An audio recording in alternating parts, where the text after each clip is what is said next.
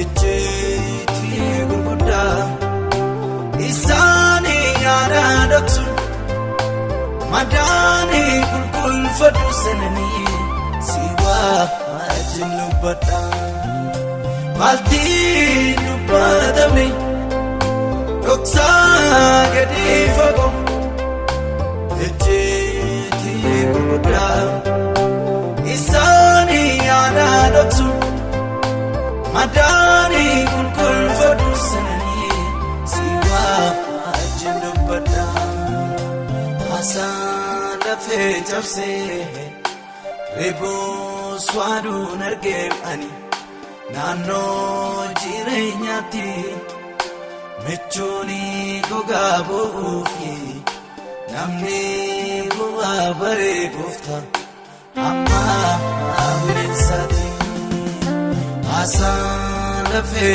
cabsee reeboo swaaduun argeem ani naannoo jireenyaatti michuuni gogaa bo'uufi namni bu'aa baree gooftaa amma bineensaati naaf garuu sumaana wayyaa naaf garuu sumaana wayyaa naaf garuu sumaana wayyaa abdii koo halkaniif guyyaa.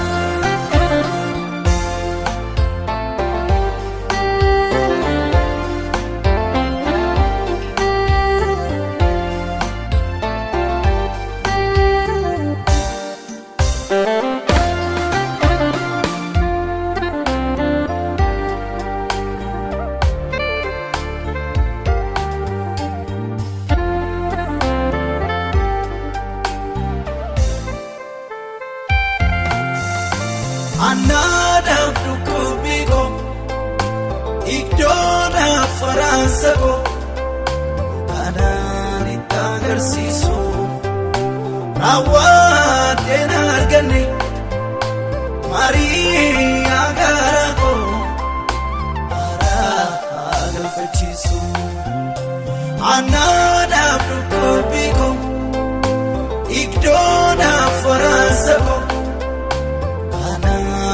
agarsiisu raawwateen arganne Mariyaa garaa koo haraa galfachiisu utuun hin dubbatiin kan durseessaaf galuu iddoon miidhama koo namatti machuudhaafi jilaan baay'een qabamani simaanii abbaa koo utuun hin dubbatiin kan durseessaaf galuu iddoon miidhama koo namatti machuudhaafi jilaan baay'een qabamani simaanii abbaa koo. Garuu sumaana wayyaa naaf garuu sumaana wayyaa naaf garuu sumaana wayyaa abdii koo halkaniif guyyaa.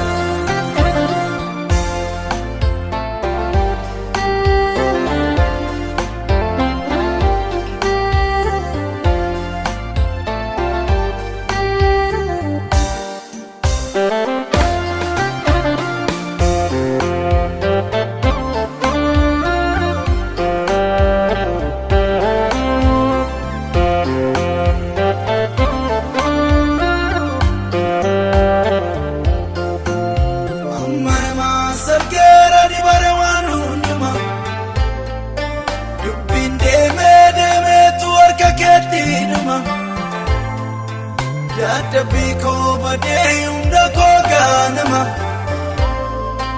lagaaf sanyiin qoodee kan hin loonne nama jira guyyaan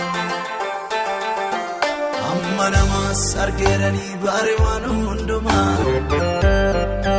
bubbeen deemeetu harka keetti dhuma dadhabbii koo badee bara kojooluma nagaaf sanyiin qoodee kan hin loonne nama jira guyyaanuma jiram guyyaanuma jiram guyyaanuma jiram guyyaanuma guyyaa sana uumaatu araarama.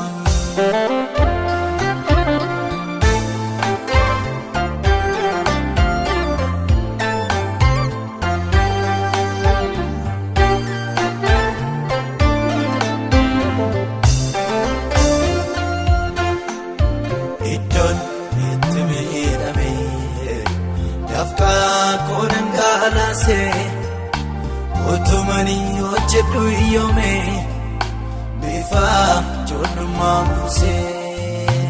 Iddoon itti miidhame dafqaa koodhan gaalaasee utumanii hojjedhu iyyoome bifa ijoollummaa muusee. Alagaan ergateetu duddaa olaana ofa kan gaatii namaa nyaanne gooftaa barsiisa nafa.